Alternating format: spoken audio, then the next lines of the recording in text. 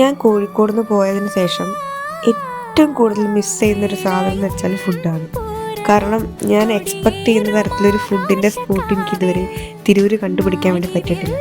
So ഞാൻ എപ്പോഴും വീട്ടിലേക്ക് അല്ലെങ്കിൽ 2-3 ദിവസം ഫ്രീ ആകുമ്പോൾ ഞാൻ വരുമ്പോൾ പുറത്ത് പോയിട്ട് എന്തെങ്കിലും കഴിക്കുക എന്നുള്ളൊരു രീതിയിലാണ് ഞാൻ വരിക. സോ അങ്ങനെ ഒരു സ്പോട്ടാണിത്, ചന്ദ്രേട്ടൻ്റെ ചായക്കട. എല്ലാവർക്കും അറിയാം, കോഴിക്കോട് നിന്ന് എല്ലാവരും പോയി കഴിക്കുന്ന ഒരു സ്പോട്ടാണ്. അവിടുത്തെ ബ്രേക്ക്ഫാസ്റ്റ് അടിപൊളിയാണ്, അത് ഞാൻ എപ്പോഴും കഴിക്കും. പക്ഷെ അവിടുത്തെ ലഞ്ച് അധികം ആൾക്കാർക്ക് അറിയില്ല എന്ന് തോന്നുന്നു. ലഞ്ചാണ് അവിടുത്തെ സ്പെഷ്യൽ. ഈ പറഞ്ഞ ബ്രേക്ക്ഫാസ്റ്റിൻ്റെ പോലെ തന്നെ സ്പെഷ്യലായിട്ടൊരു സാധനമാണ്. നല്ല മീൻ പൊരിച്ചതും സാമ്പാർ കറി, മീൻ കറിയും ഉപ്പേരിയും അങ്ങനെ കുറച്ച് സാധനങ്ങളൊക്കെ ആയിട്ട്.